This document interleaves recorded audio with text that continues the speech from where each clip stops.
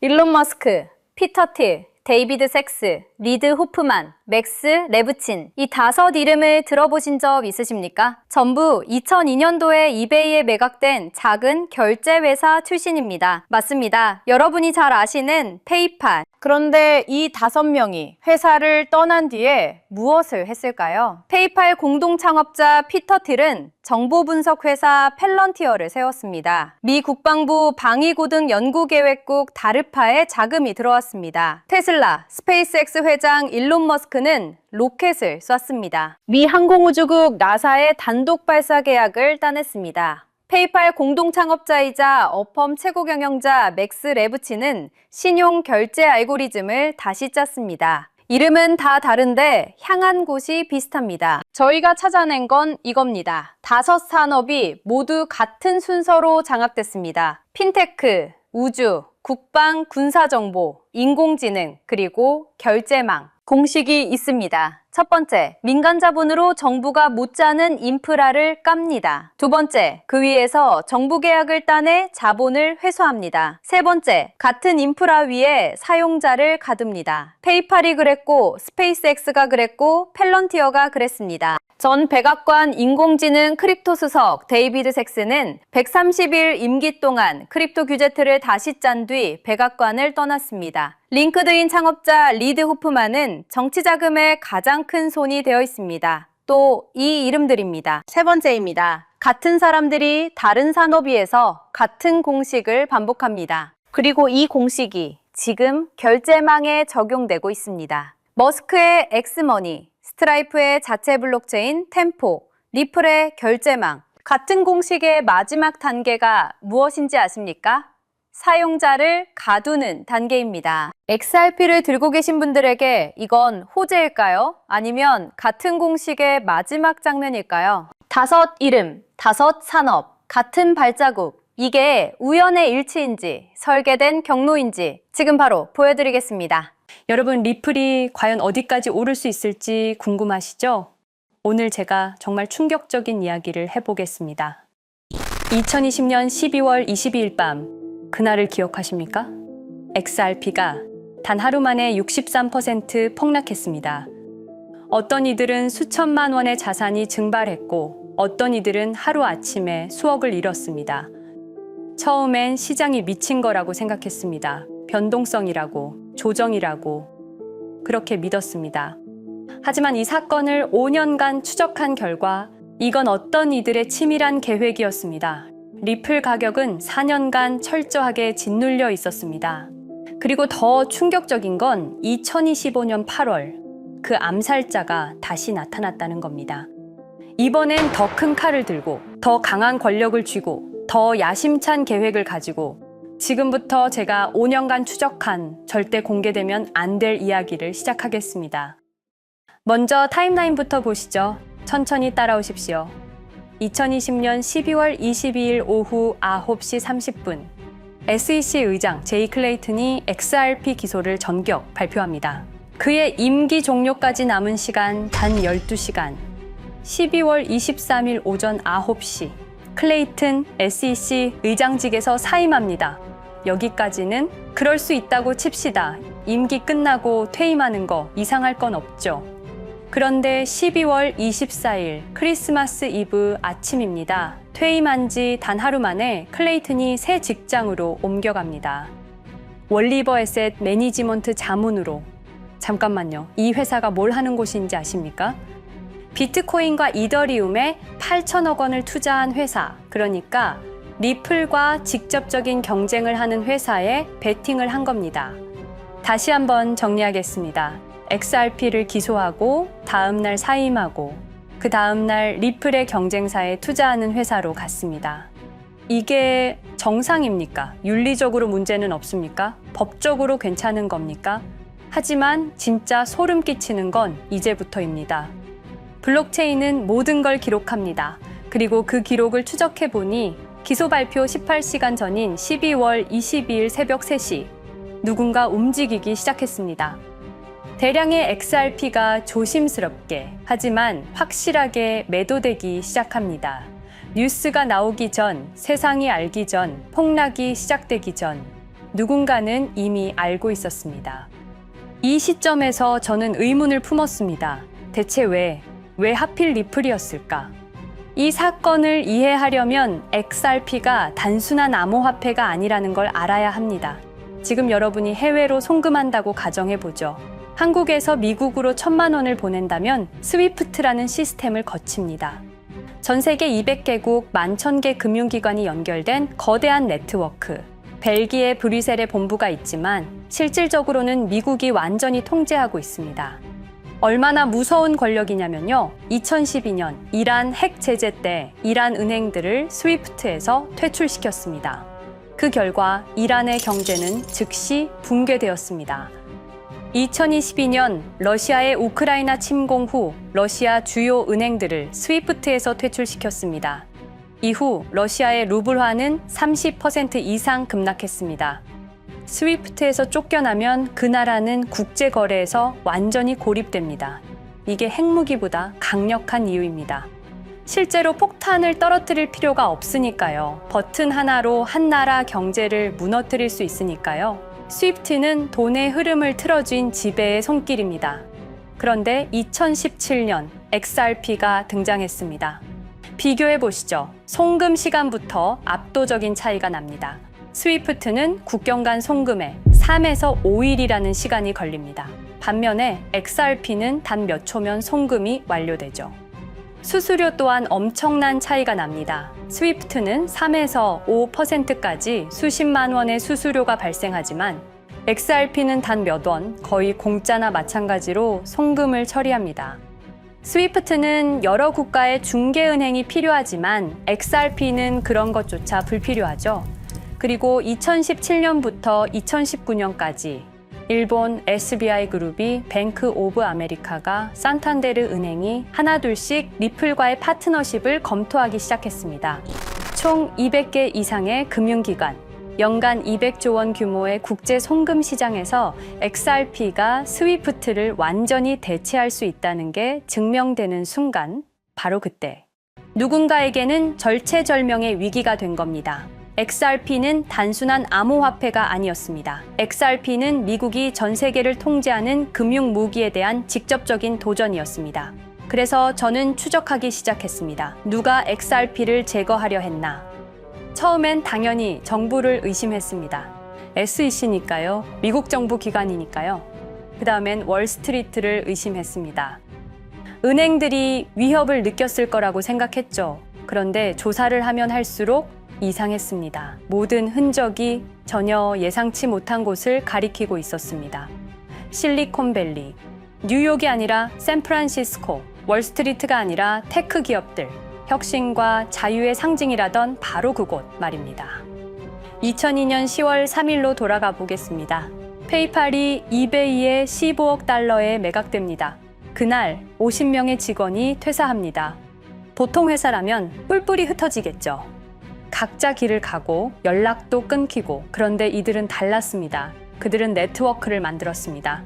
서로의 회사에 투자하고 서로를 임원으로 영입하고 서로의 성공을 발판 삼아 더 크게 성장하고 20년이 지난 지금 그들이 창업하거나 투자한 기업들의 시가총액을 합치면 우리나라의 GDP보다 큽니다. 2007년 포춘지가 이들에게 특별한 이름을 붙였습니다. 페이팔 마피아. 당시엔 실리콘밸리 성공 신화로 보도됐죠. 아름다운 동료의 혁신가들의 연대, 그런 이야기들. 하지만 2025년 지금 우리는 다르게 보게 됩니다. 핵심 인물들을 하나씩 보시죠. 피터 틸, 1998년 페이팔 공동 창업, 2002년 억만장자 등극, 2003년 그는 새로운 게임을 시작합니다. 팔란티어, 9.11 테러 직후였습니다. 미국은 공포에 떨고 있었죠. 피터 틸이 말했습니다. 우리의 사기 탐지 기술을 국가안보에 사용할 수 있습니다. 그리고 CIA의 벤처 펀드 인큐텔로부터 투자를 받습니다. 20년 후 지금 FBI의 핵심 시스템도, CIA의 데이터 분석 시스템도, 국방부의 작전 시스템도, 국토안보부의 전산망까지도 미국 정부의 모든 데이터는 피터 틸의 회사를 거칩니다. 하지만 피터 틸의 진짜 권력은 정치에서 나옵니다. 2022년 JD 벤스라는 젊은 오하이오 출신 정치 신인이 상원 의원 선거에 출마합니다. 우리에게는 러스트 벨트의 가난한 백인 집안 출신으로 알려져 있고 힐빌리의 노래의 저자로 유명세를 타기 시작했습니다. 피터 틸이 움직입니다. 1,500만 달러. 우리 돈으로 약 200억 원을 이 젊은이에게 쏟아붓습니다. 벤스 당선.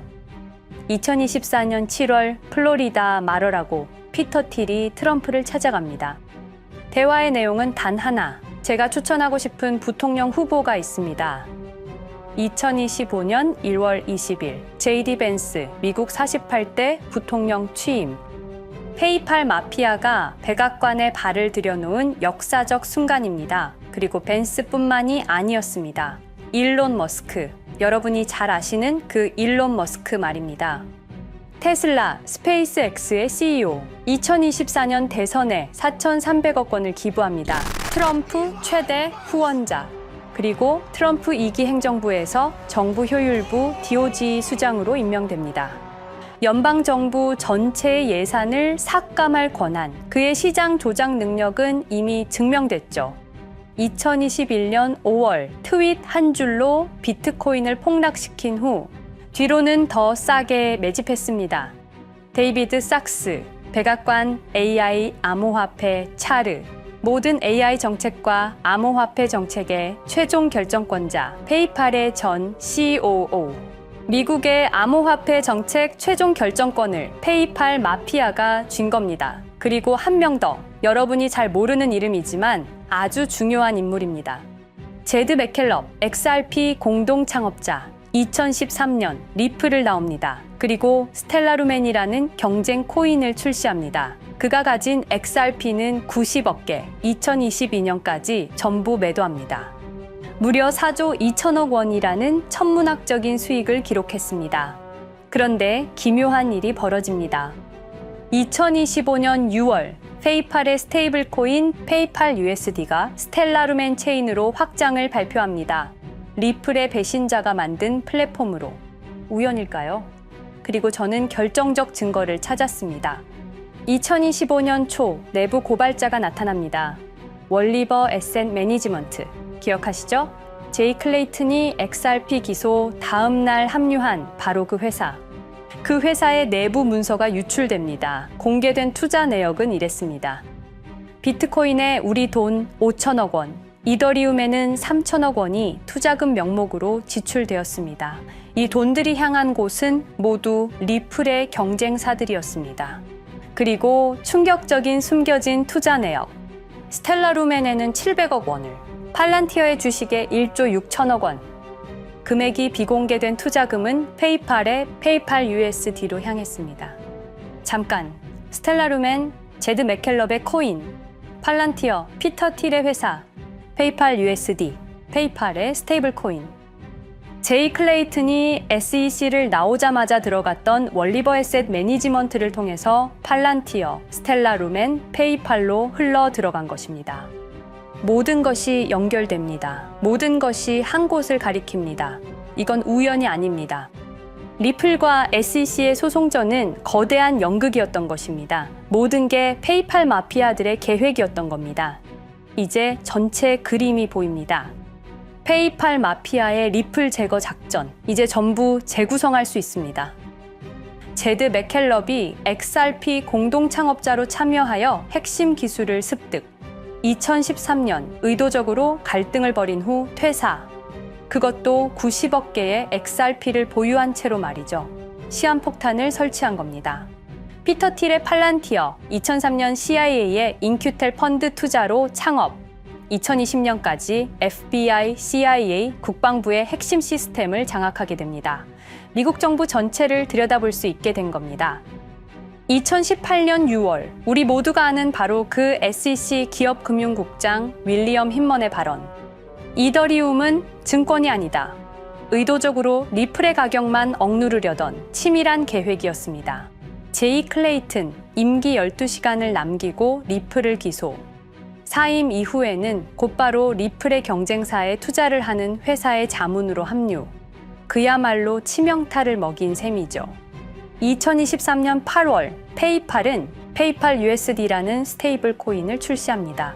그리고 2025년 6월에는 스텔라룸 메인넷으로의 확장을 발표했습니다. 제드 맥켈럽은 XRP를 매도한 자금으로 스텔라룸엔을 개발하게 됐죠. XRP를 대체할 완벽한 준비를 한 겁니다. 트럼프 2기 행정부 출범으로 페이팔 마피아들의 계획이 완성 단계에 접어듭니다. JD 벤스는 부통령으로, 일론 머스크는 정부 효율부 수장으로, 데이비드 sak스는 AI 암호화폐 총책임자로, 피터 틸은 트럼프 인수위의 공동의장 자리에 오릅니다.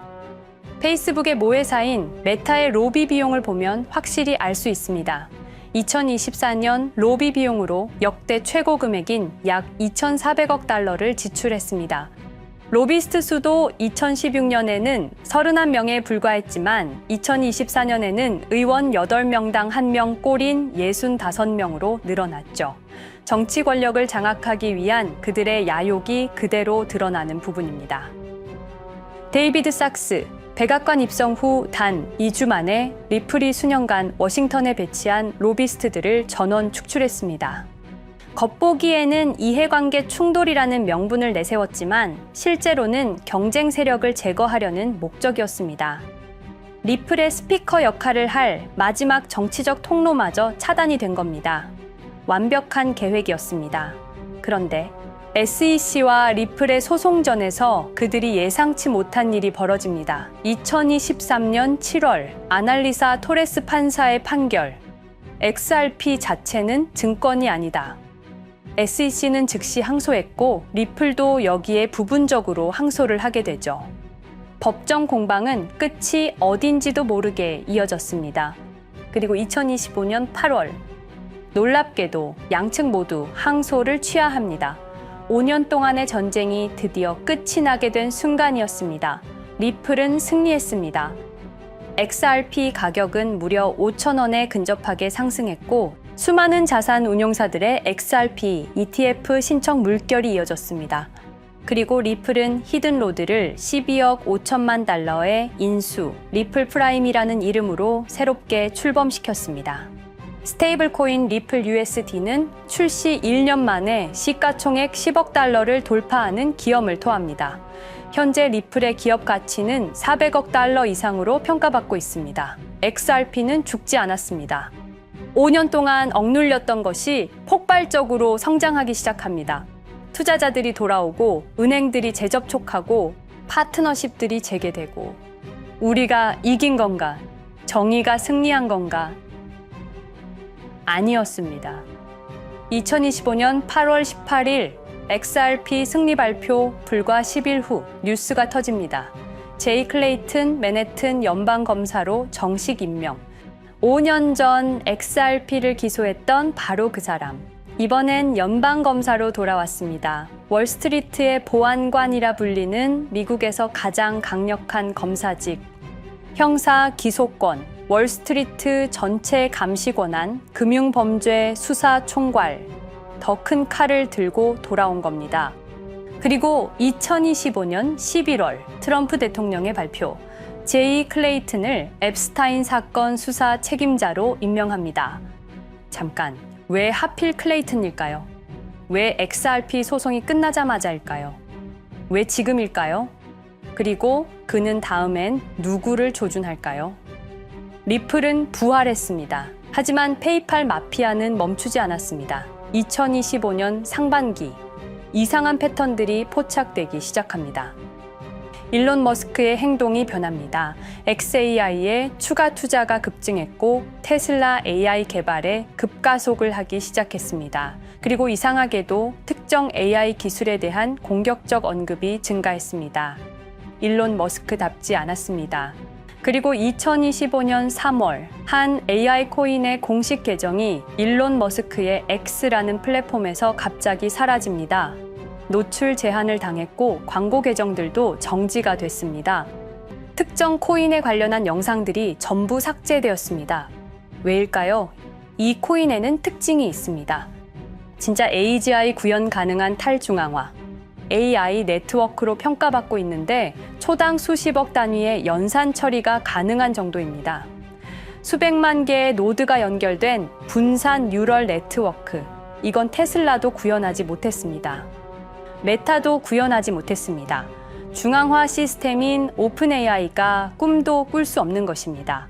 이 코인만이 유일하게 성공했습니다. 그런데 시가총액은 테슬라의 500분의 1 수준에 머물고 있습니다. 질문 드리겠습니다. 이렇게 혁신적인 기술인데 왜 플랫폼에서 차단을 당하고 검색조차 되지 않으며 알고리즘에서 철저하게 배제당하고 가격은 또 왜 이렇게 낮은 걸까요? 답은 하나입니다. 그들이 지금 사고 있기 때문입니다. XRP 때와 똑같은 패턴입니다. 역사는 반복되고 있습니다. 그리고 지금도 머스크와 페이팔 마피아의 자금이 이 코인으로 조용히 흘러 들어가고 있습니다. 가격이 낮은 건 무가치해서가 아닙니다. 리플이 그랬던 것처럼 그들이 움직이고 있기 때문입니다. 저는 이 AI 코인의 정체를 여기 유튜브에서 공개하려 했습니다. 하지만 치명적인 문제가 있습니다. 유튜브 2005년 페이팔에서 나온 3명의 남자가 만들었습니다. 체드 헐리, 스티브 첸, 자베드 카림. 여러분이 지금 보고 계시는 이 유튜브라는 플랫폼조차도 모두 페이팔 마피아 출신의 감시망 안에 있습니다. 그리고 X는 일론 머스크가 소유하고 있습니다. 페이스북은 피터 틸의 첫 외부 투자로 시작했습니다. 그들은 플랫폼을 소유하고 있습니다. 백악관도, SEC도, FBI, CIA 계약도, 주요 SNS 플랫폼도 모두 그들 손안에 있습니다. 이전에 제가 이 코인을 공개한 영상이 있었습니다. 그러나 그 영상은 바로 삭제됐고 채널도 정지됐습니다. 가이드라인 위반은 전혀 없었습니다. 그냥 사라졌습니다. 불편한 진실이 다뤄질 때마다 이런 일이 반복됐습니다. 하지만 한 가지는 분명합니다. 5년 전 XRP 투자자들은 속수무책이었습니다. 그런데 그들은 포기하지 않고 5년을 버텼습니다. XRP는 부활했고 포기하지 않는 사람들은 큰 수익을 얻었습니다. 그들은 우리가 잊었다고 생각합니다. 그들은 우리가 용서했다고 생각합니다. 그들은 우리가 포기했다고 생각합니다. 역사를 기억하는 자가 역사를 만듭니다. 자, 이제 질문하겠습니다. 역사는 지금 이 순간에도 반복되고 있습니다. 똑같은 패턴으로, 똑같은 방법으로 또다시 당할 수만은 없습니다. 그들에게 리플이 당했던 것과 똑같은 패턴으로 가격이 짓눌리고 있는 이 코인은 리플이 그랬던 것처럼 결국 모든 걸 이겨내고 상승할 수밖에 없을 것입니다. 그들의 계획을 미리 예측해서 우리가 조금이라도 더 빨리 움직인다면 우리는 도지코인, 시바이누를 초기에 매수했던 사람들처럼 상상할 수도 없는 수익을 올릴 수 있을지도 모릅니다. 저는 오늘 이 코인을 여러분께 공개하겠습니다. 단 유튜브의 스크립트, 작성 기능 때문에 직접적으로 언급할 수는 없습니다. 영상 설명란과 고정 댓글에 있는 링크를 통해 간단한 양식을 작성해 주시는 모든 분들께 이 코인을 알려드리도록 하겠습니다. 선택은 여러분의 몫입니다. 아무것도 하지 않으면 아무 일도 일어나지 않습니다. 행동하십시오. 그러면 여러분의 인생은 바뀌게 될 겁니다. 긴 영상 시청해주셔서 감사드리고 궁금하신 점은 댓글을 통해 말씀 주시면 제가 성심성의껏 답변해 드리도록 하겠습니다. 감사합니다.